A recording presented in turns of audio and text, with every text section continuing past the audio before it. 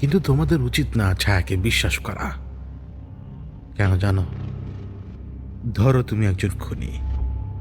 ধরে নাও এই মুহূর্তে তুমি একজনকে গুলি করে হত্যা করেছো। যাকে তুমি গুলি করে হত্যা করেছো সে মাটিতে লুটিয়ে পড়ল, আর তোমার ছায়া তোমার সাথে। তুমি কিন্তু শুধুমাত্র তাকে হত্যা করনি, তুমি কিন্তু তার ছায়াকে হত্যা করেছো একই সময়। কিন্তু কিন্তু একটু লক্ষ্য করে দেখো তো, যেই সময় তুমি তার প্রতি বন্দুক তাক করেছো সেই সময় কি তোমার ছায়াও কি তার প্রতি বন্দুক তাক করেনি? ছায়া কি ছায়াকে খুন করেনি? উপরন্তু তোমার ছায়া কিন্তু দাঁড়িয়ে রয়েছে। এখন যখন তুমি খুন করার পরে রিপেন্ট অনুভব করবে, তোমার ভিতরে গিল্টি ফিল হবে, তখন তো তোমার ছায়া তোমার পাশে রয়ে যাবে। কিন্তু সে তোমার ওই অ্যাকশনটাকেই দেখাবে। তুমি যদি দুই হাত দিয়ে চোখ ঢেকে কান্না করো, তোমার ছায়া কি সেভাবে কান্না করছে? লক্ষ্য করে দেখো তো। না। যেদিক থেকে আলো আসুক না কেন, ছায়া যেখানেই পড়ুক না কেন, সে তুমি যদি দাঁড়িয়ে থাকো, দাঁড়িয়ে থাকাই দেখাবে। তুমি কি বলছো সে সেটা দেখাবে না। তোমার অঙ্গভঙ্গি যদি থাকে তাহলে সেটাই তো তুমি দেখবে। তাহলে ভেবে দেখো, যখন তুমি তাকে শ্যুট করতে যাচ্ছ, তোমার ছায়াও কিন্তু সেই খুনির ছায়াটাই দেখালো তোমাকে। কিন্তু পরমুহূর্তে যখন তুমি রিপেন্ট অনুভব করছো, তুমি কান্না করছো, তোমার ছায়ার কোনো প্রতিক্রিয়া নেই। এটাই হচ্ছে তোমার সাথী। সে শুধুমাত্র তোমার অ্যাকশনকে প্রতিফলন করে দেখায়, যে অ্যাকশনটার সাথে এমন কোনো কিছু জড়িয়ে থাকবে যেই অ্যাকশন দেখানো গিয়ে সে তোমার সাথে দাঁড়িয়ে থাকবে, দেখাবে, রিপেন্ট অনুভব করবে, কষ্ট পাবে, সে তোমার পাশেই বসে থাকবে। দেখো, আমরা এমন এক জায়গায় যেখানে আশপাশে তুমি কোথাও ছায়াই দেখবে না, কারণ আমরা তো সাব অ্যাটমিক লেভেলে। তারপরও তুমি কিন্তু অনুভব করছো কিছুক্ষণ পর পর ধাক্কা। সে চাইবে না, সে চাইবে না আমরা আনডিটেক্টেড থাকি, এইভাবে কথা বলতে থাকি, কারণ এর একটা পারপাস। আমি চাই না এই কথা বাইরে যাক। যখন আমি চাইবো ঠিক সেই সময় এই কথা বাইরে যাবে, এর আগে বাইরে যাবে না। তোমার কোনো ছায়া এখন নেই, কিন্তু যেখানে তুমি বসে রয়েছো সেইখানে তোমার ছায়া রয়েছে। কিন্তু সে তোমার ছায়াটা যেখানে বসে রয়েছো সেই স্থানের কারণে বিঘ্নিত অবস্থায় পড়ে রয়েছে। তুমি নড়ছো, তোমার ছায়া নড়ছে। তুমি কথা বলছো, তোমার ছায়া নড়ছে। এখন তুমি দুঃখ পাচ্ছ বা কষ্ট পাচ্ছ, এতে কোনো কিছু যায় আসে না তোমার ছায়া। কিন্তু আমি আবারও বলি, তুমি যদি একটা গাড়িকে ধাক্কা দিয়ে চালু করার জন্য একটু ধাক্কা দিয়ে একটু সামনের দিকে আগিয়ে দাও, তোমার ছায়া কিন্তু অতটুকুই দেখাবে। এখন সেই গাড়ি ধাক্কা দিয়ে কি তুমি আরেকজনের উপরে উঠিয়ে দিয়েছো কিনা সেটা কিন্তু দেখা যাবে না। কিন্তু তুমি যদি কাউকে বাঁচানোর জন্য তাকে বুকে যদি একটু সিপিআর দাও, তোমার ছায়া কিন্তু সেই সিপিআরকে দেখাবে না। কেন দেখাবে না? ভালো কাজ করছো। একটু ভালো করে যখন নজর করবে, দেখবে যে তোমার ছায়াও তোমার সাথে বেইমানি করে। শ্যাডোকে কখনো বিশ্বাস করবে না। তোমার সাথে যারা রয়েছে তারাও তো আরো ভয়ঙ্কর। কনস্ট্যান্ট ব্যাটেলের ভেতরে থাকতে হয়। এই যে হাতের কাছে থাকা সত্ত্বেও স্পর্শ করতে না পারার এক অসাধারণ যন্ত্রণা, সেই যন্ত্রণাটার উপরে কাবু নেওয়া তো আরো অনেক বেশি কঠিন কাজ। কিন্তু তুমি তা পারো। আরো মানুষ পারে, আরো মানুষরা তা চাইলে পারে। কিন্তু যেমন নিজের ভেতরে সত্তাগুলো সবসময় চায় আর একটু আমোদ আর একটু প্রমোদ, ঠিক তেমনি তোমার ছায়া তোমার পাশে বসে থেকে তোমাকে দেখতেই থাকে। ওর কাজ একটাই, যত খারাপ কাজ আছে সে খারাপ কাজকে প্রতিফলিত করে নিজের উপরে নিয়ে দেখানো। তুমি দাঁড়িয়ে যদি কাউকে সালাম দাও, সেটা দেখা যাবে না। তুমি দাঁড়িয়ে যদি কোথাও কিছু একটা করার চেষ্টা করো, ধরে নাও তুমি চুরি করতে যাচ্ছ, কোনো বাড়ির দেয়াল টপকাতে চাও, সে কিন্তু সেটা দেখাবে। তুমি কিন্তু চাইলেই দেখতে পারবে যে তোমার ছায়া ওই দেয়াল টপকাচ্ছে তোমার সাথে সাথেই। সে তোমার সাথে কিন্তু সে সবসময় প্রতিফলন করে দেখায় তুমি যে খারাপ কাজ করো সে খারাপ কাজ। কখনো বিশ্বাস করবে না নিজের ছায়াকেও। কিন্তু এই ক্ষেত্রে তোমাকে বিশ্বাস করতে হবে যে আমার পিঁপড়েরা কিন্তু ওই সাম্রাজ্যের পতন ঠেকিয়ে দিয়েছে। ঠেকানো দায়িত্ব ছিল তাদের। ওই যে শুধুমাত্র একটু মতিভ্রম। ডিসেপশন অনেক পাওয়ারফুল একটা জিনিস, সবাই এটা পারে না, সবার পক্ষে এটা করা সম্ভব না। কিন্তু প্রত্যেকটা লড়াইতে ডিসেপশন কিন্তু ব্যবহার হয়। নিজের সাথে লড়াই করবে সেইখানেও তোমার ডিসেপশনের প্রয়োজন। নিজেকে ধোঁকা দিতে হয় জানো। এই যে এখন আমরা এখানে এই স্পেসে যে রয়েছে, কোনো শব্দ কিন্তু বাইরে থেকে পাচ্ছ না, বাইরে কিন্তু বৃষ্টি হচ্ছে, তাকে তুমি টের পাবে না। কিন্তু যেই মুহূর্তে আমরা এই আনডিটেক্টেড কন্ডিশন থেকে বেরিয়ে রিয়েলিটিতে ফিরবো, সেই সময় তুমি যে বৃষ্টির শব্দটা নিজে কানে শুনতে পারবে।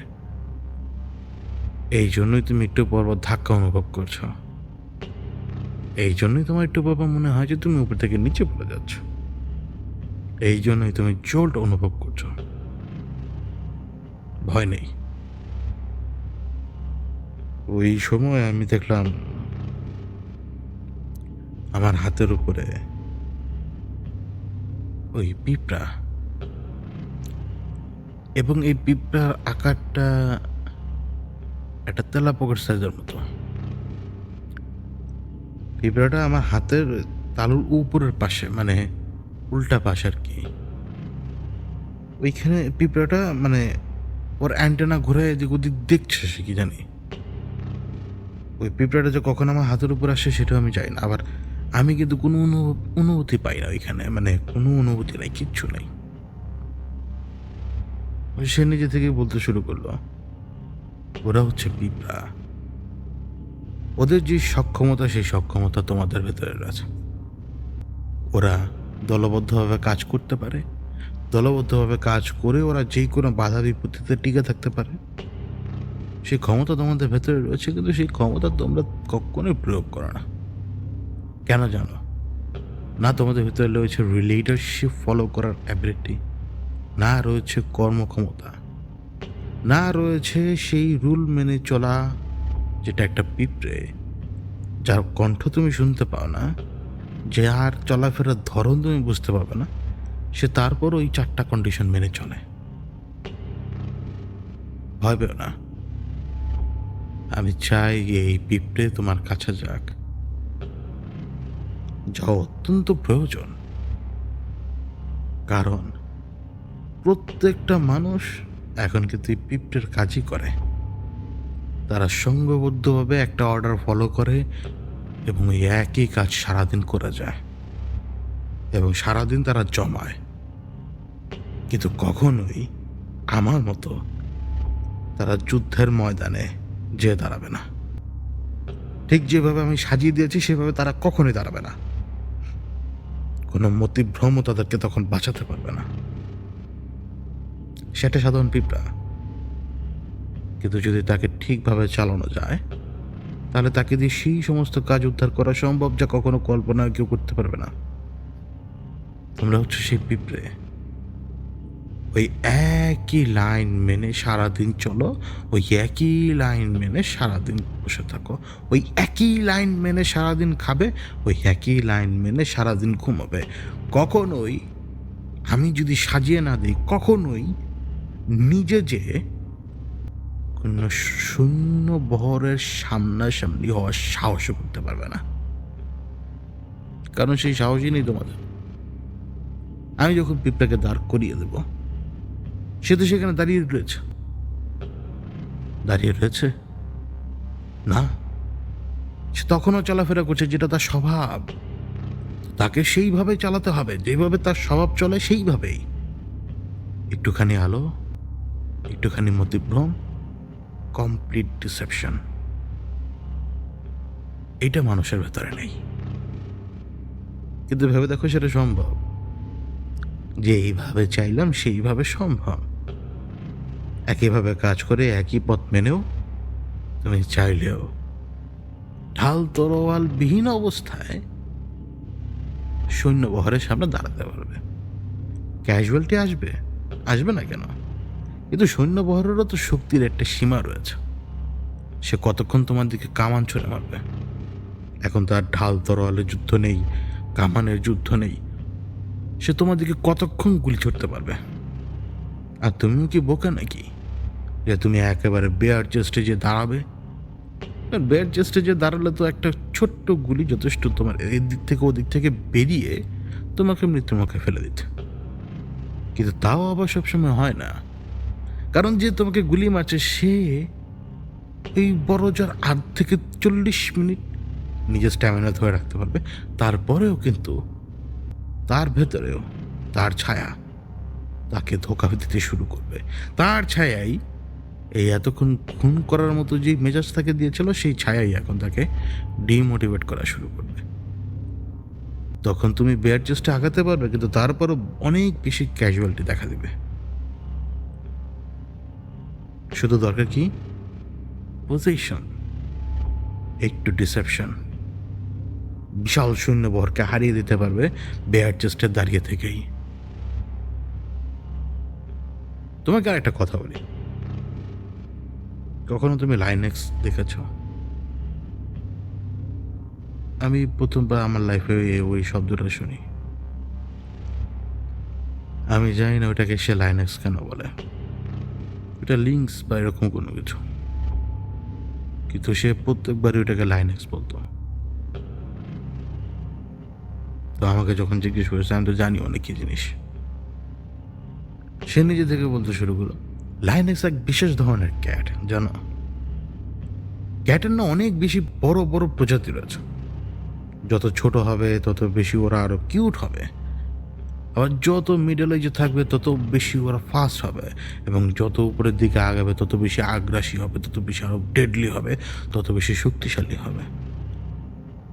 লাইনেক্স 2 জায়গায় পড়ে, মাঝারি আয়তনে থেকেও সে এমনভাবে শিকার করবে যেন একটা হুতুম প্যাঁচা শিকার করছে।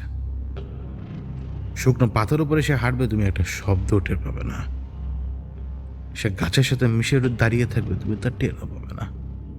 অবশ্য লাইনেক্স কখনো মানুষ শিকার করে না, কিন্তু মানুষ সে চাইলে শিকার করতে পারে যদি ওই একটু ডিসেপশন তার ভেতরে ঢুকিয়ে দাও।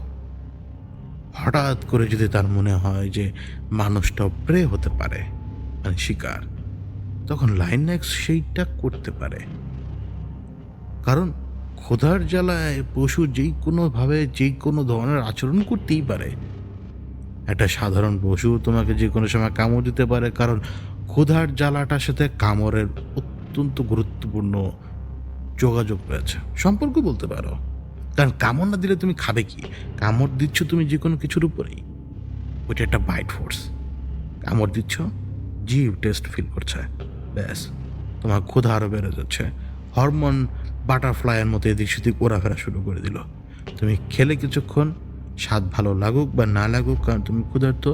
তারপরে যখন তোমার ক্ষুধা খাওয়ার আর কোনো কিছুর স্বাদ আর কোনো কিছু থাকবে না, তখন তোমার কাছে আর কিচ্ছু ভালো লাগবে না। লাইনেক্স এরকম, সে এত শান্তভাবে বসে থাকতে পারে তার শিকারের জন্য। দূরে তাকিয়ে থাকে সে শিকারের দিকে, শিকারের প্রত্যেকটা মুভমেন্ট সে অবজার্ভ করে, এবং কখনো কখনো যেন শিকার ও সামনে এসেই পৌঁছে যায়, কারণ ও মুভ করে না।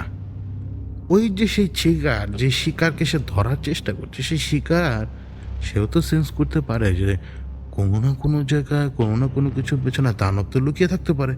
তো শিকারও তো অত্যন্ত সাবধানে এদিক ওদিক ঘোরাফেরা করে। স্লাইট মুভমেন্ট টের পাওয়া মাত্র শিকারও পালিয়ে যাবে। লাইনেক্স এই জন্যই এক্সপার্ট, ও নিজের নিঃশ্বাস আটকে ফেলে, চোখের পলকটা পর্যন্ত ফেলে না, নিজে একটুও নড়াচড়া করে না। এতটা স্টিল একটা মূর্তির পক্ষেই থাকা সম্ভব, অন্য কোনো প্রাণী এতটা স্টিল থাকতে পারে না। লাইনেক্স এইখানে সবচেয়ে বেশি এক্সপার্ট। তারপরে সময় নিয়ে শিকারের ওপর নজর রেখে শিকারের গন্তব্য খেয়াল করতে থাকে। যখনই শিকারের নজর এদিক থেকে একটু সরে, শিকারের পেছনের দিকটা যখন উন্মুক্ত হয়, লাইনেক্স আরেকটু মুভ করে, ওর ওই মুভে একটা শব্দও হয় না। ও ধীরে ধীরে মুভ করবে, শিকার সেটা টেরও পাবে না। শুকনো পাতার উপরে, এমনকি ভেজা জঙ্গলে, চারপাশে জঙ্গল যাই থাকুক না কেন, লাইনেক্স মুভ করবে, কেউ কখনো টেরই পাবে না। শিকার টেরই পাবে না যে ওর পেছনে জমদূত দাঁড়ানো। তারপরে এতটা ফাস্ট রিয়াকশন দেবে যে রিয়াকশনটা তুমি কখনো কল্পনা করতে পারবে না। ওই ফাস্ট রিয়াকশন, শিকার জব্দ, ব্যাস, লাইনেক্স জয়ী। ধৈর্য আর চতুরতা, ক্ষিপ্রতা এবং ধীর গমন, এই সব কিছু প্রয়োজন মানুষের। এই সব কিছু প্রয়োজন মানুষের, এবং কাদের প্রয়োজন জানো? যারা গেরিলা ওয়ারফেয়ার কখনো দেখেছ? ভিয়েতনামে কখনো দেখেছ কি পরিমাণে গেরিলা ওয়ারফেয়ার হয়েছে? এটা পুরো আর্মড মিলিটারিকে একদম উড়িয়ে দিয়েছে গেরিলা ওয়ারফেয়ার। যেটা তোমার স্পেস না, সেই স্পেসে যখন তুমি এসছো তখন লাইনেক্স কি তোমাকে ছেড়ে দেবে? কারণ এই অভয়ারণ্য হচ্ছে লাইনেক্সের। অবশ্যই এই অভয়ারণ্যে সিংহ আসবে না, কারণ এরকম ওয়েটল্যান্ডে তো সিংহ থাকবে না কখনো। লাইনেক্স থাকে, কারণ এই ওয়েটল্যান্ডে সে থাকবে না তো কে থাকবে? ভিয়েতনাম 1968। ভিয়েতকংকে কাউন্টার করার জন্য সিআইএ নিয়ে এলো প্রোগ্রাম ফিনিক্স। ফিনিক্সের কাজ কি ছিল জানো? একটা গ্রুপ অফ পিপল, তারা সন্ধান করত, তারা ইনফরমেশন বের করত, কিছুটা ব্ল্যাক ম্যাজিক, কিছুটা স্পিরিচুয়ালিটি, এই সমস্ত কিছু মিলিয়ে ওরা খুঁজে বের করার চেষ্টা করতো ভিয়েতকংদের, যারা দক্ষিণ অংশে লুকিয়ে থাকত, যারা মূলত উত্তরের হয়ে দক্ষিণ অংশে গেরিলা ওয়ারফেয়ারটা চালু রাখত।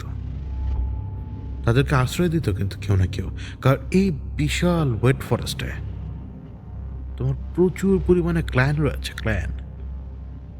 এই ক্ল্যানদের আবার বিভিন্ন রকমের সর্দার রয়েছে। এরা এই ওয়েস্ট ফরেস্টেই কিন্তু বেঁচে থাকতো। এই ওয়েট ফরেস্টের উপরে ওদের নির্ভরশীলতা ছিল সব কিছু। কেউ না কেউ কখনো কখনো কিন্তু এই ভিয়েতকংদের আশ্রয় দিত। সারাদিন এই ওয়েট ফরেস্টে যদি পানি পড়ে না কেন, সারাদিন এই ওয়েট ফরেস্টের কোনো না কোনো অংশে ওরা লুকিয়ে থাকতো। কিন্তু কতক্ষণ তুমি লুকিয়ে থাকবে? তোমার তো কিছুটা হলেও তো খাবারের প্রয়োজন, সাপ্লাইয়ের প্রয়োজন, তাই না? ফিনিক্স প্রোগ্রামটা আসার পর ওই দক্ষিণ অংশে অনেক অনেক পূজারী ছিল, যাদের ভেতরে ছিল স্পিরিচুয়ালিটি, যাদের ভেতরে ছিল ম্যাজিক। এই সমস্ত কিছু গ্যাদার করা হলো একটা জায়গায় ইন্টেল যোগাযোগ করার জন্য। ওই ইন্টেল যোগাযোগটা কি? দেখো, তুমি সায়েন্সের মানুষ, তুমি কিভাবে ম্যাজিককে বিশ্বাস করবে? তখন এটাকে একটু নতুন ডেফিনেশন দেওয়া হলো। এটাকে ইন্টেল যোগাযোগ বলা হলো। তাদের ভেতরে ইন্টারনালি তারা যোগাযোগ করতো, তারা ইনফরমেশন গ্যাদার করতো, বিশ্বাস করুক আর না করুক তারা সেখানে ফলাফল পেত। ওই দক্ষিণ অংশের স্পিরিচুয়ালিস্ট যারা রয়েছে, তারা নিজেরা তাদের নিজেদের যে আবহ, যে বাবল তারা তৈরি করেছিল ইনফরমেশন গ্যাদার করার জন্য, সেই বাবল থেকে তারা ধীরে ধীরে ধীরে ধীরে বের করতে শুরু করলো কোথায় কোথায় ভিয়েতকংরা লুকিয়ে থাকে। খুঁজে বের করা শুরু করলো তারা। এক রাতে ওই জঙ্গলে একটা ক্ল্যানের এক বাড়িতে 3জন গেরিলা ওয়ারফেয়ার করার 3জন ভিয়েতকং ছিল। ইনফরমেশন ওদের কাছে পৌঁছে গেছে। এখন ফিনিক্সের লোকজন তারা এখানে রেড করে। তারা যখন রেড করে এখানে, তারা ওই শুধুমাত্র ওই 3জনকে মারেনি, তারা পুরো ক্ল্যানটাকে শেষ করে ফেলেছে। পুরো ক্ল্যানটাকে শেষ করে ফেলেছিল এক্সেপ্ট দুজন।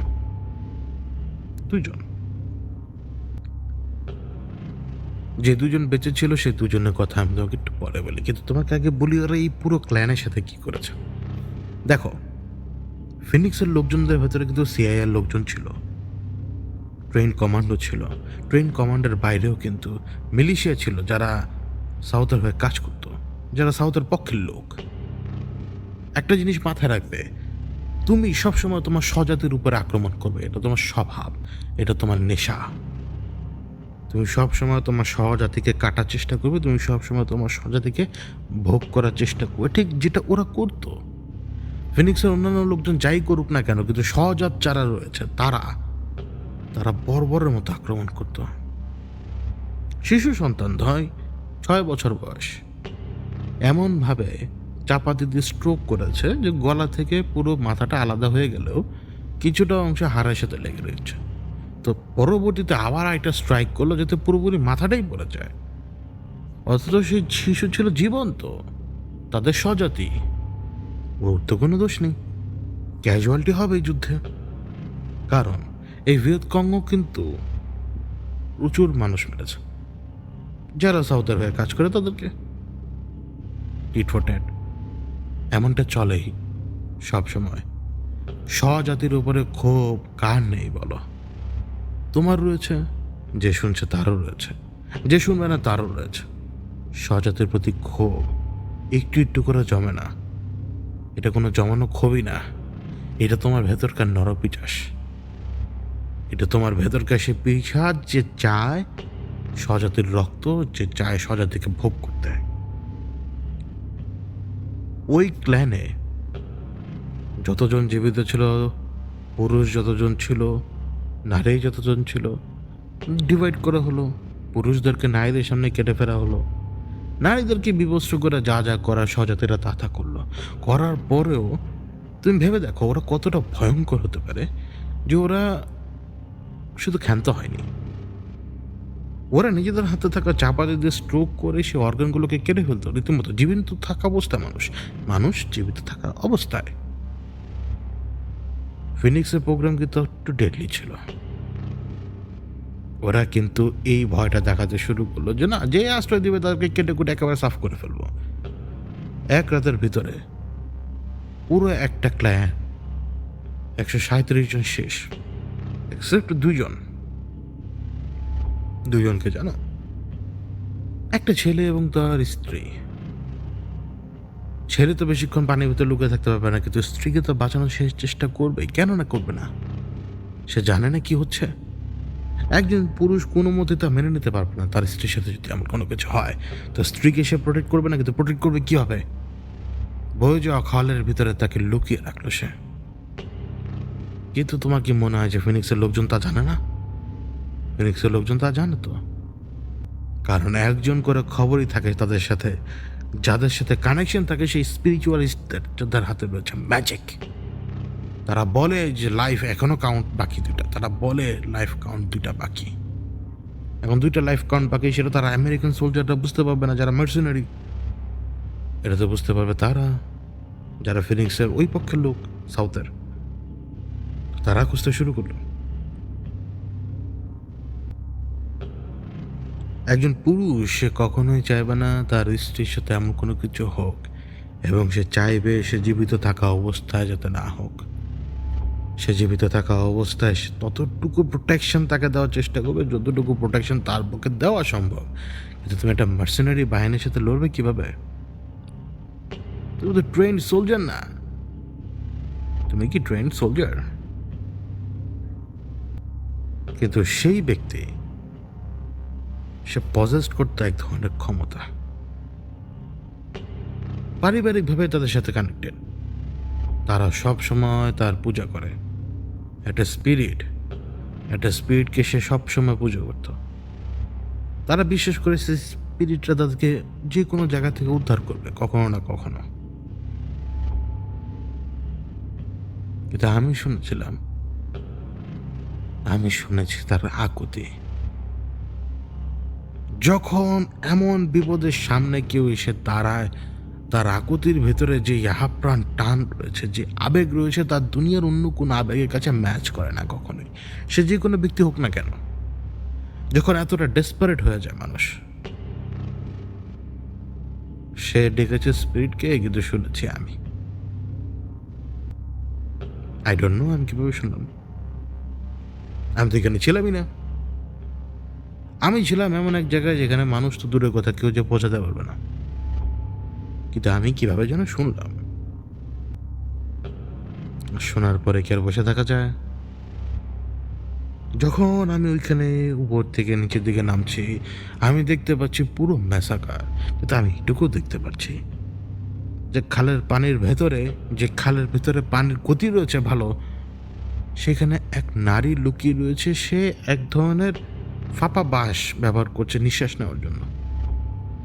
ধরা খেয়ে যাবে সে যে কোনো মুহূর্তেই, কারণ তারা ওই এলাকার এক্সপার্ট লোক যারা তাকে খুঁজছে, তাদের কাছে ইনফরমেশন দেওয়া আছে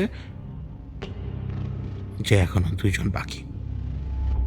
আমি জানলাম না, আমি কিভাবে জানলাম সেইটা নিয়ে কথা আর বলে লাভ নেই। কিন্তু যখন উপর থেকে নিচের দিকে নামছি, ওদের ম্যাসাকার দেখে একটুও কষ্ট পাইনি। আমি কত কিছু দেখেছি, এত কষ্ট পাওয়ার তো কোনো দরকারই অনুভব করি না। আমার ভেতরে কোনো হার্ট নেই, আমার ভেতরে কোনো অনুভূতি নেই, কিচ্ছু নেই। যা আছে তা হচ্ছে শুধুমাত্র রেজ এবং শিয়ার পাওয়ার, যেটার কোনো ব্যাখ্যা আমি দিতে পারি না। আমি উপর থেকে নামছি, আমি সব দেখতে পাচ্ছি। নারীদেরকে কেটে ফেলে রাখা হয়েছে, পুরুষদেরকে কেটে ফেলে রাখা হয়েছে, সন্তানদেরকে কেটে ফেলে রাখা হয়েছে, তাদেরকে একদিকে স্তূপ করা হচ্ছে, আগুন দিয়ে দেওয়া হবে। কিন্তু এখনো তাদের খোঁজ 2 জনের। আমি এখন পর্যন্ত তার প্রার্থনা নিজের কানে শুনতে পাচ্ছি। কেন আমি জানি না, আমার শোনার কথা নয়। এই জন্য কিছুটা ডেসপারেশন আমার ভেতরে কাজ করছিল যে কেন আমি এটা শুনছি, আমার দেখে নাচারই কথা নয়, এটা তো আমার ম্যাটারই না, এখানে তো আমার দুশ্মনই নেই। তারপর মনে হলো যে এইটা একটা দায়িত্ব আমার উপরে হয়তো চাপানো হয়েছে ফ্রম হিম। বুঝলাম, বুঝতে তো তোমাদের মতো আর আমার ঘন্টার পর ঘন্টা সময় লাগে না। এখন ওইখানে কে রয়েছে? ওই একটা মাত্র লোক, ওই ক্ল্যানের বাসিন্দা, যার কোনো ক্ষমতা নেই এদের সাথে লড়াই করার। তো সে তো দেখছে তাদের সেই স্পিরিট। কিন্তু আমার নজর গেল লাইনেক্সের উপরে। আশপাশে লাইনেক্স, একটা, দুটা, আরো একটা, 3টা হলো, আরো 2, 5, আরো 1, 6, আরো 2, 8, আরো 3, 11। সংখ্যা বাড়তে লাগলো। আমি লাইনেক্সদেরকে দেখতে পাচ্ছি। এই সিচুয়েশনে সবচেয়ে বেস্ট হবে ওরাই, কারণ সেই মানুষকে তার পজেস্ট করে তাকে দিয়ে চালিয়ে কোনো কিছু আমি করতেই পারবো না, সময় খুবই কম।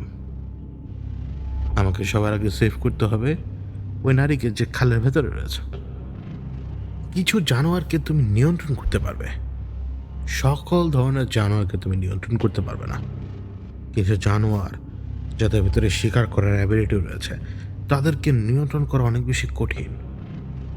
যদি তারা বনের হয় তাহলে আরো কঠিন। মানুষের পক্ষে তো সেই সময় ওই নিয়ন্ত্রণ নেওয়ার মতো সিচুয়েশন থাকছে না। তাকে শিখাতে হবে আমাকে এখন। লাইনেক্সদেরকে বোঝাতে হবে এরা হচ্ছে তোদের প্রে।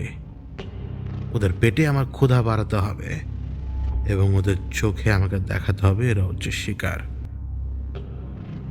কঠিন নয়, সর্বোচ্চ 1 মিনিট প্রয়োজন ওদেরকে নিজের সীমার ভেতরে নিয়ে আনার। যে সীমার ভেতরে নিয়ে আনার পরে আমি কিছু সময়ের জন্য ওদেরকে ইনফ্লুয়েন্স করতে পারবো, জাস্ট লাইক অ্যান্ডস। ডিসেপশন, ব্যাস। এখানে মতিভ্রমের প্রয়োজন নেই, এখানে আমাদের শুধুমাত্র প্রয়োজন শক্তিকে নিয়ন্ত্রণ করা, এবং সেই শক্তি কারা এই মুহূর্তে? এখানে লাইনেক্স। 2 জন অলরেডি অ্যাপ্রোচ করে ফেলেছে সেই জায়গাটায়, যে জায়গাটায় ওই নারীর লুকিয়ে রয়েছে, এবং ওরা জানে ওদের কীভাবে খুঁজে পাবে। ওরা জানে তো কীভাবে কে পানিতে লুকিয়ে থাকতে পারে। 3টা লাইনেক্স এতটা সাইলেন্টলি ওদের পেছনে, ওরা বলতেই পারবে না। ইতিমধ্যে মরদেহে আগুন লাগানো শুরু হয়ে গেছে। কিছু জায়গায় যে তেল ছিটিয়ে যে আগুন লাগিয়ে দেওয়া হয়েছে, সেই আগুনগুলো ইতিমধ্যেই মৃতদেহের পা থেকে কোমর পর্যন্ত চলে এসছে, মানে মাত্রই বার্নিং শুরু।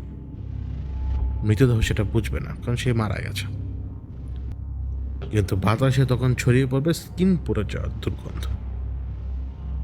ওই দুজন একবার সেদিকে তাকালো, নিজেদের ভেতরে কথা বলল, আর আমি একবার শুধুমাত্র হাসলাম।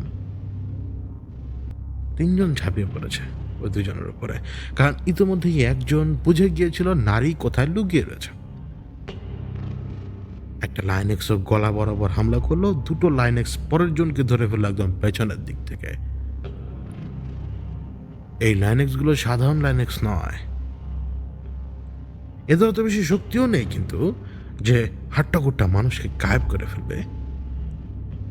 কিন্তু বুঝতে হবে তো ওরা এই মুহূর্তে কার নিয়ন্ত্রণে, বুঝতে হবে তো ওরা আমার নিয়ন্ত্রণে। আমি রয়েছি একদম উপরে, আমি নিচের দিকে তাকিয়ে সব দেখতে পাচ্ছি। লাইনেক্স দুইজনকে গায়েব করে দিল। গায়েব করে দেওয়ার সময় কিন্তু আবার একজনের মুখ থেকে শব্দ বেরিয়ে এসেছিল। তারা সার্চ পার্টি পাঠালো তিনজনের। শব্দ যেখানে এসছে সেখান থেকে দেখার জন্য এসে দেখছে এখানে দুজন মানুষ নেই যাদের এখানে ডিউটি দেওয়ার কথা। তারা তাদের ভাষায় খুঁজে লাগতে শুরু করলো, খুঁজতে শুরু করলো এদিক সেদিক। আচমকা তাদের উপর 8টা লাইনেক্সের হামলা হয়। 3 জনও গায়েব, মুহূর্তের মধ্যে 5 জন নেই। 5 জন নেই, কিন্তু এই 5 জন কোথায় জানো? এই আশপাশে যে ছোট ছোট গুহা রয়েছে মাটির ভেতরে, যে গুহাগুলোর ভেতরে লাইনেক্স থাকে সেইখানে, কিন্তু আস্ত অবস্থায় নয়। কারণ লাইনেক্সের যে আকার, সেই আকারে একটা মানুষকে কখনো টেনে ঢোকানো সম্ভব না। ওদেরকে কয়েক টুকরো করলেই যথেষ্ট, এবং লাইনেক্সের পক্ষে সেটা কঠিন। লাইনেক্সের পক্ষে একটা মানুষকে টেনে হিচড়ে ছিঁড়ে নেওয়া অনেক বেশি কঠিন। কিন্তু আমি আবারও বলি, ওরা তো আমার নিয়ন্ত্রণে, ওরা তো আমার নিয়ন্ত্রণে। মাটির বুকে যদি কোনো ডেডলি ক্রিয়েচার থাকে এই মুহূর্তে, সেটা হচ্ছে লাইনেক্স, যারা আমার নিয়ন্ত্রণে, যাদের উপর আমার রেজ এই মুহূর্তে তাড়িয়ে বেড়াচ্ছে ওদেরকে। ওরা এই মুহূর্তে ওইটাই দেখছে যেটা আমি ওদেরকে দেখাতে চাচ্ছি। ওদেরকে আমি এই মুহূর্তে খুখার বানিয়ে ফেলেছি। ওরা এই মুহূর্তে ভাল্লুকের চেয়েও ভয়ঙ্কর, আকারে ছোট, সাইলেন্ট হান্টার। তোমার পেছনে এসে বসে থাকবে, টেরও পাবে না। তোমার পেছনে এসে বসে থাকবে, শুকনো পাতার উপরে সিংহ এসে হাঁটলেও সেটা সে ধরা পড়ে যাবেই, কারণ শুকনো পাতাটা শব্দ হবে, কিন্তু লাইনেক্স না, সে না। ক্যাপাবিলিটি রয়েছে শব্দকে হাইড করে ফেলার। 5 জন গায়েব। অন্যান্য লোকেরা দেখলো, ওয়াচ পার্টি পাঠালো, সে ওয়াচ পার্টি ফেরত আসেনি। একজন রয়েছে, ওই যে বললাম সেই ম্যাজিশিয়ানদের সাথে যাদের কানেকশন, ওই স্পিরিচুয়ালিস্ট। সে তার ভাষায় বলল, এইখানে এক সত্তা তার চাল চালছে। কত বড় ইডিয়েট! আমি নাকি সত্তা। মন চাইলো ওকে একটা লাথি মারতে, কিন্তু আমি চাচ্ছিলাম ওকে সবার শেষে ধরতে। আমি ওকে সবার শেষেই ধরতাম। কিন্তু অপেক্ষা হচ্ছে এই মুহূর্তে এইখানে একটা গেম না খেললে হবে না। ওই স্ত্রী কিন্তু সেখান থেকে পালিয়ে গেছে। ওই মানুষটা তার স্ত্রীকে নিয়ে সে জঙ্গলের ভিতরে সে ছুটে যাচ্ছে। কোনো দিক তার পেছনে তাকানোর সময় নেই। কোন দিকে সে যাচ্ছে সেই দিকেও এখন তার পরোয়া নেই। বাঁচতে হবে, কারণ স্বজাতি যে তার পেছনে পড়েছে তাকে মারার জন্য। কিন্তু সেই ব্যক্তি আদতে জানেই না এই মুহূর্তে এখানে কি হচ্ছে, জানার কথাও না। সে ভাববে হয়তো ওই স্পিরিট তাকে গাইড করছে। না, কোনো স্পিরিট তাকে গাইড করছে না, শুধুমাত্র আমি তার মাথার ভেতরে একটা থট ঢুকিয়ে দিয়েছি। পশ্চিম দিকে ছুটতে থাকো, আরেকটা ক্ল্যান আছে সেখানে। আনুমানিক 5 কিলোমিটার দূরে সে আরেকটা ক্ল্যান পেয়ে যাবে। এই ডেন্স জঙ্গলের ভেতরে 5 কিলোমিটার পরে আরেকটা ক্ল্যান, অর্থাৎ তোমাকে আনুমানিক 1 থেকে 1.5 ঘন্টা দূর দিতে হবে।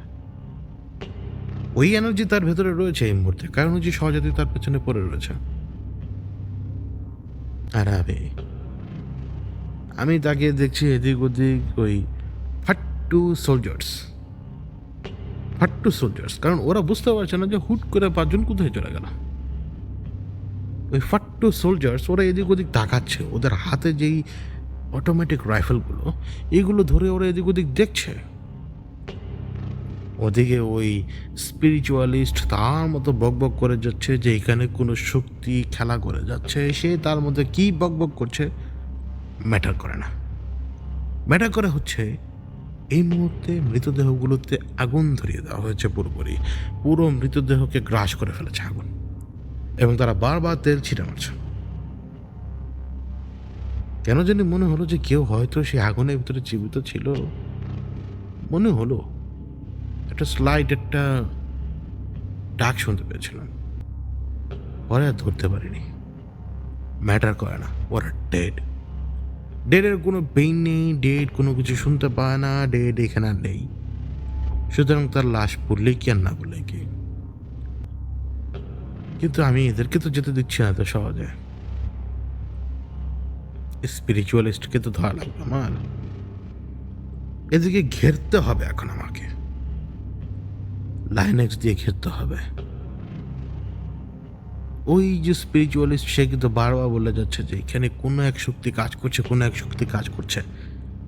এই জন্য আমি চাইলাম যে ঠিক আছে তোরা দেখ, একটা শক্তি কাজ করছে। 4টা লাইনেক্স দিয়ে একটা মানুষকে উঠিয়ে নিলাম।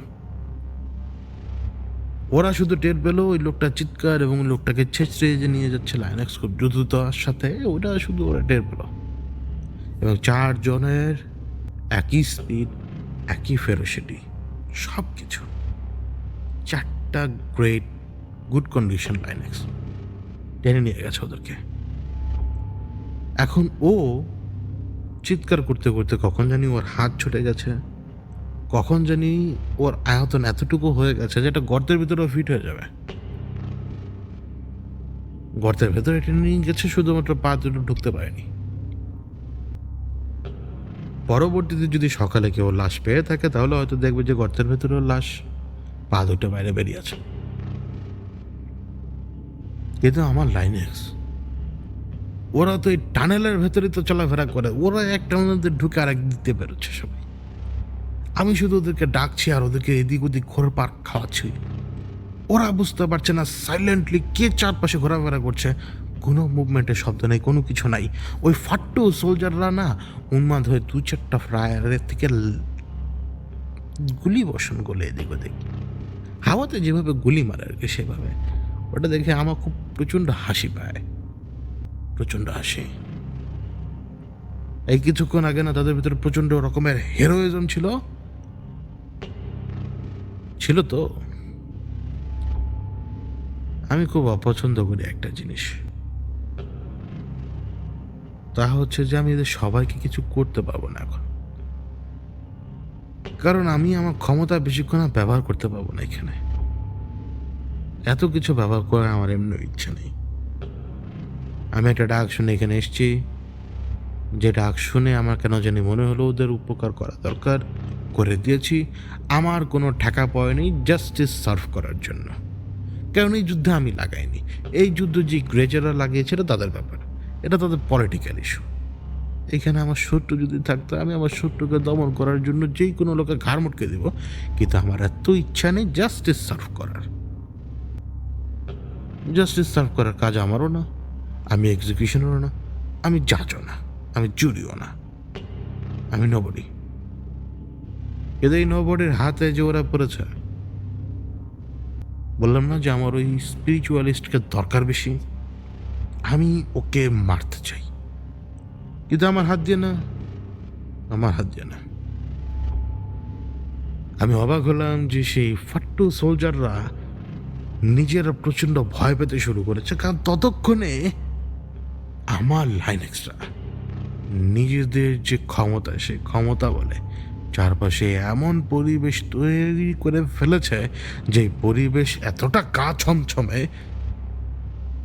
যে ফাট্টু সোলজার গুলি না করে করবেটা কি বলো। আমি তখন একটা বড় আই গেস কতখানি হবে, 1.5 থেকে 2 টন ওজন হবে, এরকম একটা গাছের আঘাতে বসে রয়েছে। ওইটা কি আমার প্লেস? আমি কি ওইখানে বসার লোক? আমি ওইখানে কেন বসবো? দায়িত্ব, এখন কি করব? ন্যস্ত হয়ে গেছে, শুনেছি আসতে হবে, এলাম। লাইনেক্স না পিছু নিতে শুরু করলো একজনের, ফাট্টু সোলজারদের ভেতর থেকে একজন। কিন্তু আমি চাচ্ছিলাম না ওকে মারতে, আমি চাচ্ছিলাম না লাইনেক্স ওর পিছু নেক, কারণ সেই ফাট্টু সোলজার আসলে ভেতরে মানুষ ভালো, তাকে এখানে আসতে হয়, কিছু করার নেই। সে গুলিও চালায়নি, সে কোনো কিছু পারতো না, কিন্তু সে যদি এখান থেকে পিছু ঘটার চেষ্টা করে, এরাই একে গুলি করে মেরে ফেলবে। স্পিরিচুয়ালিস্ট ধীরে ধীরে বসে পড়লো, এমনভাবে সে যেন বসলো যেন তার উপরে কেউ এসে সওয়ার হবে এখন। এবং আসলেই উত্তরের দিকে থাকে কিছু স্পিরিটস রয়েছে যারা রীতিমতো পাহাড়ি অঞ্চলগুলোতে তারা গাইডের ভূমিকায় কাজ করে। সেই রকম একটা স্পিরিট সেই স্পিরিচুয়ালিস্টের উপরে এলো, এবং ওই স্পিরিচুয়ালিস্ট তার উপরে আসার পরপরই সবার আগে আমার দিকে তাকায়, কারণ আমি এখানে উপস্থিত। সেই স্পিরিট জানে আমি কতটা ডেডলি হতে পারি তার জন্য, কিন্তু তারপরও সেই স্পিরিট সেটাকে মনে হয় পোকার মতো গ্রাহ্য করেনি। কারণ কি? কারণ তার মৃত্যু এখানে হওয়ার ছিল, এই জন্যই সে বোকার মতো গ্রাহ্য করেনি। তার ভয় পাওয়া উচিত ছিল যে আমি এখানে, তার তো সেটা জানা দরকার ছিল। সে এসেই তাদেরকে বুঝিয়ে দিল যে এইখানে অন্য এক শক্তি এমন এক প্রাণীকে নিয়ন্ত্রণ করছে, যে প্রাণী তাদের হাঁটুর সাইজের, কিন্তু তারপরও সেই প্রাণীর সাথে তারা পেরে উঠতে পারছে না। এবং সেই স্পিরিচুয়ালিস্ট আর কি, সে তখন বলছে যে সেই ভয়ঙ্কর স্পিরিটের সাথে সে নাকি নিজে টেক কেয়ার করবে, যুদ্ধ করবে, এই কথা বলে সে সেখান থেকে উঠে দাঁড়িয়ে এসে আমি যে গাছের সামনে রয়েছি সেই গাছের সামনে এসে আমাকেই অঙ্গভঙ্গি দেখাতে শুরু করেছে। সেই স্পিরিট ওকে বলে গেছে আমি কে, ওকে জানে না, ওকে বুঝতে পারছে না, নাকি আমি নিজের ভার এখন পর্যন্ত দেখাইনি কাউকে। নিজের ভার দেখাবো কাকে বলো? এখন একটা দ্রুতগামী রকেট যদি কোথাও সে ধাক্কা মারে, সেই এক্সপ্লোশনে যে ক্ষতি হওয়ার কথা, ওই ক্ষতি যদি আমি ঠেকিয়ে দিই তাহলে তো আমি বড় হয়ে গেলাম, তাই না এখানে? অর্থাৎ ওই ক্ষমতা আমার হাতে ওই এক্সপ্লোশন ঠেকানোর, অর্থাৎ আমি চাইলে ওই রকেটে সেইখানে বাড়ি মারবে না। কিন্তু আমি যদি না চাইতাম তাহলে সে রকেট এখানে বাড়ি মারতে পারতো, ওই এক্সপ্লোশন হতে পারতো, আর আমি আমার বড়ত্ব দেখালাম না, সবাই ধ্বংস হয়ে গেলে আমার কি যায় আসে, তাই না? কত বড় দুঃসাহস ওই স্পিরিটের! আমি কাউকেই মারতাম না, কাউকেই কিছু করতাম না, কিন্তু যখন ওই স্পিরিট এত বড় দুঃসাহস দেখালো, একটা কিছু তো ওর সাথে করতে হবে। আমি ওই স্ন্যাপ, জাস্ট একটা স্ন্যাপ, আর কিচ্ছু দরকার পড়ে না। ওই স্পিরিচুয়ালিস্ট থুবড়ে যে বললো কিছুটা দূরে, আর ওই স্পিরিট সোজা সে পানের ভেতরে। স্পিরিচুয়ালিস্ট ডেড, যাকে আমি সবার শেষে মারতে চেয়েছিলাম। এখন ওরা তো অবাক হয়ে গেল, ওরা দেখলো শূন্যের মধ্যে কিভাবে একটা মানুষ দাঁড়িয়ে থাকা অবস্থায় এত দূরে যে ছিটকে পড়তে পারে। এখানে কোনো এক্সপ্লোশনও হয়নি, কোনো কিছু হয়নি। আবার দূরবর্তী সে ছোট্ট খাল, ওই যে নদীর মতো যে অংশটা, সেইখানে আবার এক ধরনের স্প্ল্যাশ হলো। ওরা তো হতভম্ব হয়ে গেল। ইংলিশম্যান যারা, যারা আমেরিকান, তারা এদিক ওদিক রাইফেল তাক করে কি জানি উল্টে ফেলবে এই এই সমস্ত স্লোগান দিয়ে দিয়ে এদিক সেদিক ফায়ারও করলো কয়েকটা। কিন্তু কথা হচ্ছে যে আমার তো আর কোনো গুলি লাগছে না আমার গায়ে, কিন্তু আমাকে ডিসরেসপেক্ট করবে, আমি কি ওদেরকে ছেড়ে দিব? ভেবেছিলাম এদেরকে কিচ্ছু করব না, কিন্তু না, এসেছি যখন এদেরকে একটু আমার সাহায্য করা প্রয়োজন। 11টা লাইনেক্স থেকে ততক্ষণে লাইনেক্সের সংখ্যা পড়ে গেছে কত জানো? 37। এনাফ এদেরকে মেরে কেটে সাফ করে দেওয়ার জন্য। কিন্তু ততক্ষণে আমার জন্য সেখানে টিকে থাকা মুশকিল হয়ে যাচ্ছিল, কারণ কারণ একটা ফেস, ওই একটা চেহারা যেটা বারবার আমার কেন জানি খেয়াল হচ্ছিল। ওই যে শিশুটা, এখন নিরীহ শিশু সব জায়গায় মরে, প্রত্যেক যুদ্ধে নিরীহ শিশু মরবে, নিরীহ মানুষ মরবে, এটা ম্যান্ডেটরি। কিন্তু ওই চেহারাটা না আমাকে খুব বেশি বিরক্ত করছে, এবং ওই চেহারা সে মানুষটা এই মুহূর্তে জ্বলছে আগুনের ভেতরে, অবশ্যই মৃত। আমার লাইন এক্সট্রা তখন চারপাশ থেকে এদেরকে ঘিরে ধরেছে, এরা জানেও না, বললাম না, এরা সবাই উপরের দিকে তাকিয়ে রয়েছে, কেউ এদের হাঁটুর দিকে তাকাচ্ছে না, কারণ লাইন এক্স একদম এদের পাশে। শুধুমাত্র একটা কাজই দরকার, সেটা হচ্ছে একটা অর্ডার দেওয়া, অ্যাটাক, জাস্ট একটা অর্ডার দিয়ে দিলাম। যেই মুহূর্তে আমি অর্ডার দিলাম সেই মুহূর্তে আমার লাইন এক্সট্রা ওদেরকে ঘিরে ধরলো, ওদেরকে যেইভাবে ছিঁড়ে ফেলে হায় না কাউকে, ঠিক সেইভাবে আর ছিঁড়ে ফেলতে শুরু করলো আমার লাইন এক্সট্রা। কারণ ওরা আর সাধারণ লাইন এক্স নয়, ওদের ভেতরে এত হিংস্রতা এসছে যা 1000 হায়নার সমান হিংস্রতা একটা লাইন এক্সের ভেতরে, একটা লাইন এক্সের ভেতরে। আমি দিয়েছি, অন্যকে দিবে এখন বলো। এরা তো ছোট ছোট প্রাণী, এদেরকে হিংস্র করতে গেলে এদের ভেতরে কিছু অল্টার করতে হয়। অল্টার, ওই পরিবর্তনে যখন ওদের উপরে ওরা হামলা করে বসেছে, ওই স্টুপিড ইংলিশম্যান যারা আমেরিকান, ওরা তখন এদিক ওদিক গুলি মারতে শুরু করেছে, এমনকি নিজেদের লোকদের গায়েও।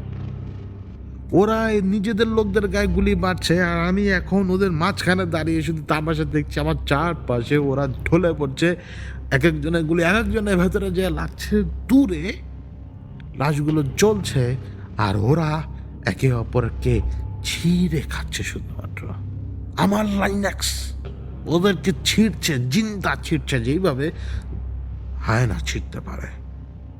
আমার লাইনে সেই কাজ করে যাচ্ছে যে কাজ কোনো মানুষ এখানে এসে করতে পারবে না, ওদেরকে ছিঁড়ছে এমনভাবে। মাঝখানে সেই ভীতু আমেরিকান ওই ইংলিশম্যান যে এখন পর্যন্ত কিছু করতে পারেনি, ভেবেছিলাম তাকে আমি কিছু করব না, কিন্তু মনে হলো যে এইখানে যখন নিরীহ কেউ মরতে পারে, ওয়াই নট হিম। আমার এক লাইনেক্স ইতোমধ্যেই ওর পিঠের উপরে হামলা করে ফেলেছে, এবং ওরা এক হাত তো প্রায় ছিঁড়েই ফেলেছে, প্রায় ছিঁড়ে ফেলেছে। চারপাশে গোলাগুলি হচ্ছে, চারপাশে কে কাকে গুলি মারছে সেটাও তো বুঝতে পারছি না আমি। প্রচণ্ড ফায়ারিং এর শব্দ, মাঝখানে দাঁড়িয়ে রয়েছি, আমার লাইন এক্সট্রা ওদেরকে উপরে হামলা চালিয়ে ওদেরকে একদম শেষ করে ফেলেছে,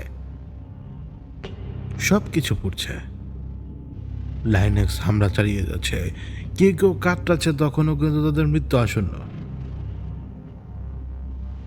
আর আমি টের পাচ্ছি তাদেরকে, যারা এদের রূহ নিয়ে যাওয়ার জন্য এসছে। আমি তাদেরকে দেখতে পাচ্ছি, তারা নিয়ে যাচ্ছে ওদেরকে, কিন্তু সব কিছুর মাঝখানে আমি একা দাঁড়ানো। আমার লাইনেক্স তখন শান্ত, ধীর আর স্থির, কারণ যেইভাবে ওদের ম্যানুপুলেট করার দরকার আমি সেইভাবে ম্যানুপুলেট করেছি। ওরা সেই নিরীহ প্রাণীর মতোই, নিরীহ শান্ত প্রাণীর মতোই। চারপাশে এত এত এত কিছু, আগুনে মৃতদেহগুলো পুড়ছে, আমার চারপাশে মানুষ মাত্র মরে পড়েছে। এই সব কিছুর মাঝখানে আমি একা দাঁড়ানো। আমার এইখানে তো আসার কথাই ছিল না, কিন্তু আমি এখানে এলাম কেন? পারপাসটা কি? যে পারপাসটা সার্ভ করার জন্য আমাকে এখানে পাঠানো হলো, কেন কেন শোনানো হলো, কেন পাঠানো হলো? সেই জন্য আমি উপরের দিকে তাকালাম, না আমি দেখতে পাচ্ছি দরজা আমার মুখের উপরে বন্ধ করে দেওয়া হয়েছে। অর্থাৎ উত্তর আমি জানতে চেয়েছি, উত্তর দেওয়ার কোনো মর্জি তাদের নেই। অর্থাৎ আমি একটা অর্ডারই পালন করলাম শুধুমাত্র। অর্থাৎ অর্ডার পালন করলে সেটার বিরুদ্ধে তো তুমি জিজ্ঞেস করতে পারছো না যে আমি কেন এই অর্ডার পালন করলাম। প্রশ্ন করেছিলাম দেখেই তো উপরের দিকে তাকালাম, দরজাটা আমার মুখের উপরে বন্ধ করে দিল। তো এইটাই, আমি একটা পারপাস সার্ভ করলাম। আমার নয়, আমার নয়, ওদের। ওরা ওদের সকলের কর্মের ফল হাতে নাতে পেয়েছে। হাতে নাতে হয়তো পাওয়ার দরকার ছিল, এই জন্য পাওয়ানো হয়েছে এরপরে, কারণ এটার একটা সিগনিফিকেন্ট ঘটনা ঘটবে পরবর্তীতে। কোনো ঘটনা কখনো এমনি এমনি ঘটনা হয় না। কিন্তু সব কিছু মাঝখানে নিজেকে তখন কেন জানি মনে হলো আমি চাইলে এদের উপরে রুল করতে পারতাম, কিন্তু সেই স্বাদ আমার কখনো জাগেইনি। আমি ছিলাম প্রিন্স এক সময়, কিন্তু সেই স্বাদ আমার জাগেনি যে রুল করব। সব সময় নিজের বন্ধুর সাথে ঘোরার সময়টুকুকেই বেশি উপভোগ করতাম, কিন্তু আমার সেই বন্ধু এখন আর নেই। সম্ভব না। লাইনএক্স গুলো তখনও তাকিয়ে আছে আমার দিকে, কারণ ওরা তখনও বাউন্ড আমার সাথে। আমি ওদেরকে এক এক করে মুক্ত করতে লাগলাম। ওদের ভেতরে যে হিংস্রতা ছিল 1000 হায়ানার সমপরিমাণ, এক একজনের ভেতর থেকে সেই হিংস্রতা আমি বের করে নিয়ে আসি। যা তাদের ছিল না তা তাদেরকে দিয়েছি, এবং যা তাদের থাকার কথা নয় তাদের ভেতরে, সেটাই এখন আবার আমি সরিয়ে নিচ্ছি। তাদেরকে শুধুমাত্র মুক্ত করে দিলাম, কারণ তারা এই কাজ করার বা এত কিছু করার মতো ক্ষমতা এমনিতেই রাখতো না। ওরা স্রেফ সাইলেন্ট হান্টার। কিন্তু ওদেরকে ব্যবহার করতে কখনই মানুষ পারবে না যেভাবে আমি পারি। একটা মানুষ লাইনএক্সের চাইতে হিংস্র হতে পারবে, একটা মানুষ সে 1000 হায়ানার চেয়ে বেশি হিংস্র হতে পারবে যখন সেটা তার নিজের উপর এসে বর্তাবে। কখনো কখনো হিংস্র হওয়া অত্যন্ত জরুরি হয়ে পড়ে, যেমনটা আমি হিংস্র হয়ে আমার সমস্ত কিছু ধ্বংস করতে পারি আমি, সেইভাবে হিংস্র হওয়া প্রয়োজন। কখনো কখনো মহাবিনাশ প্রয়োজন, আর এরকম লাইনএক্স হওয়া প্রয়োজন। শিকারের পেছনে দাঁড়িয়ে থাকবে, শিকার টেরই পাবে না। শিকারের ঘাড় মটকে দিবে, শিকার টেরই পাবে না। শিকার বুঝে ওঠার আগে তার মৃত্যু ঘটে যাবে। এটাই হচ্ছে লাইনএক্সের কাজ। প্রত্যেকটা মানুষ নিজের ভেতরে এই ক্ষমতা রাখে। আমি তখন তাকে জিজ্ঞেস করলাম, এইখানে ডিসেপশনটা কি? মানে আপনি না ওই যে ডিসেপশন প্লে করলেন, বিড়াল জাতীয় কোনো প্রাণীর পক্ষে কি সম্ভব মানে এমন করা সম্ভব? মানে আপনি যেটা বললেন। রাস আমার দিকে তাকালো শুধুমাত্র, তারপরে সে আমাকে বলল এমন কথা যে কথা বিশ্বাস হবে না কখনো আপনার। ওই যে লাইনএক্সের কথা বলে যাচ্ছে না বারবার, ডিসেপশন এইটাই যে ওই লোক ওরা সবাই দেখতে পাচ্ছে এটা লাইনএক্স, অর্থাৎ বিড়াল, মানে বিড়ালের মতো একটা বিগ ক্যাট। ডিসেপশন এইটাই যে ওরা দেখতে পাচ্ছে লাইনএক্স, কিন্তু ওইটা হচ্ছে সব ভিয়েতকং। ওরা সবাই ভিয়েতকং, যারা পরবর্তীতে ওই যে ওই মহিলার পাশে যে 2জন এসেছিল, তারপরে 3জন, এই সবাই চারপাশে যারা ছিল সবাই ভিয়েতকং, যাদেরকে লাইনএক্স বলছিল। এরা সম্পূর্ণভাবে রাসের নিয়ন্ত্রণের ভেতরে ছিল। এরাই নিঃশব্দে ঘোরাফেরা করেছে, কারণ রাস এদেরকে ওইভাবে নিয়ন্ত্রণ করেছে। এরাই নিঃশব্দে ঘোরাফেরা করেছে এবং এরাই হিংস্র হয়ে উঠেছিল, কারণ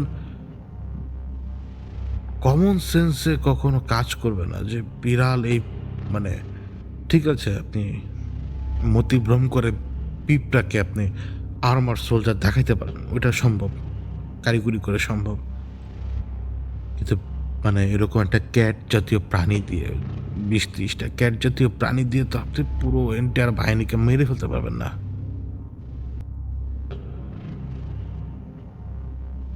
তো ও যে এই লাইনেক্সের কথা বললো, ওগুলো লাইনেক্স ওগুলো কোনো বিরল না,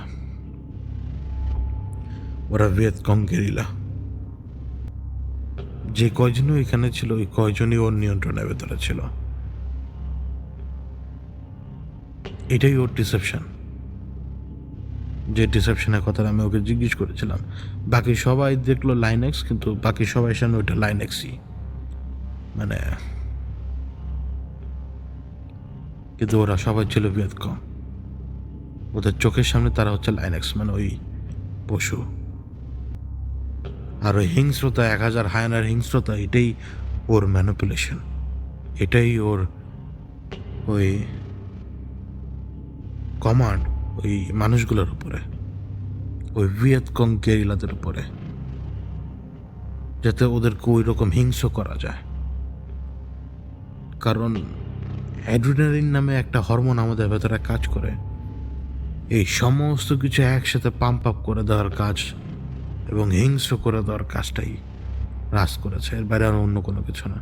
অর্থাৎ ওই সময় ওই ভিয়েতকং গেরিলা যারা আশপাশে ছিল, মানে তারাই লাইনেক্স, তারাই ওই হামলাগুলো করেছে, তারাই ওই মানুষগুলোকে গায়েব করেছে। আর ওই যে ছিঁড়ে ফেলার কথা, ছিঁড়ে ফেলা না, আসলে কেটে ফেলা। ওদের ওইখানে চাপাতি ওরা ইজিলি ব্যবহার করতো, এক কোপে মানুষের হাত ফেলে দেওয়া খুব সহজ, এবং ওইভাবেই লাশগুলো গায়েব করে ফেলতো, গর্তের ভেতরে লাশ ঢুকিয়ে ফেলতো রীতিমতো, এবং গর্ত ব্যবহার করতো তারা। এই জন্যই সে বলেছে যে ওর লাইন এক্সট্রা টানেল ব্যবহার করতো।